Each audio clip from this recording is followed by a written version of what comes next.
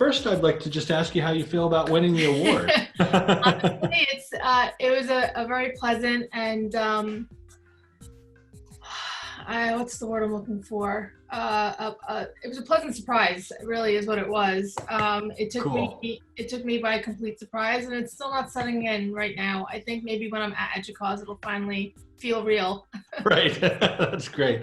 Well, can you talk about how you got your start in higher ed IT? What led you to your to a career in higher ed IT? Sure. It's actually a pretty simple story. I was a junior in my undergrad time in college, and I applied to a job for a user support specialist. It was a student job, and I sort of never left.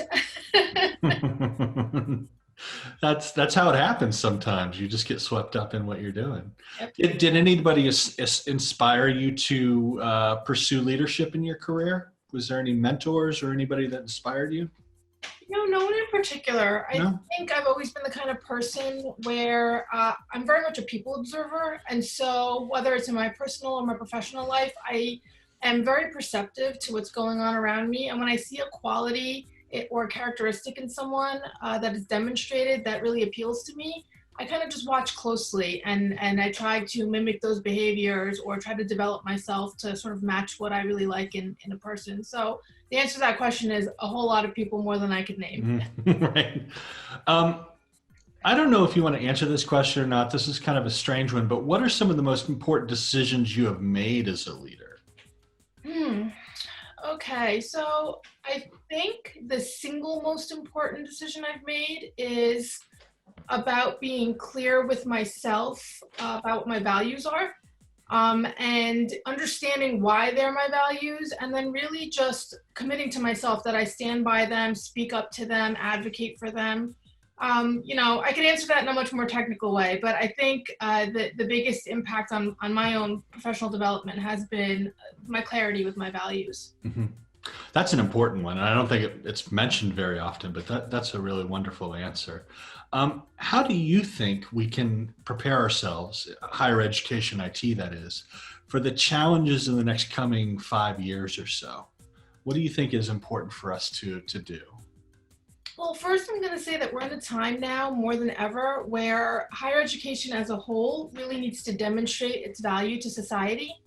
And I think IT's role is to really support that, especially to exploit opportunities where we can innovate, we can increase efficiency, we can help promote effectiveness. So I really think that we have to continue on the path of truly understanding the business, why higher education is here, who we're here for, what we're trying to achieve, and then have IT really just be the underpinning of how we're going to get there.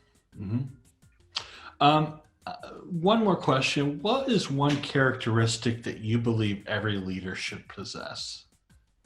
I'll do you one better, Jerry. I think every person should possess the ability to communicate. And I think my favorite quote of all time really is one that I believe Warren Buffett made, which is when he said that one way to easily increase your value by 50% is honing your communication skills. And I truly believe that is the number one aspect of your personality, of your being, that will help you get through just about any profession, any experience, anything in your life.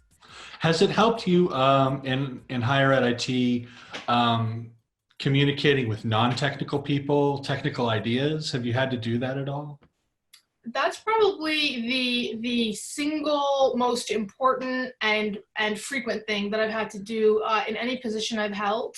And honestly, what's been easier for me is to not think about it in that context. I don't think about it as I have to take this complicated X thing and explain it to this very different type of population, because I think that really makes it more difficult mentally. What I have kind of conditioned myself to do is just remember that I'm talking to a person. The way I would talk to a person in a cafe, in a line somewhere at a store, I'm just talking to a person. And I really think it's important to kind of sense who you're talking to, how they think about things, what their sort of verbal and nonverbal cues are, and then just conduct whatever the conversation is, technical, strategic, anything, from that point, remembering that the other side of the conversation is just another person like you.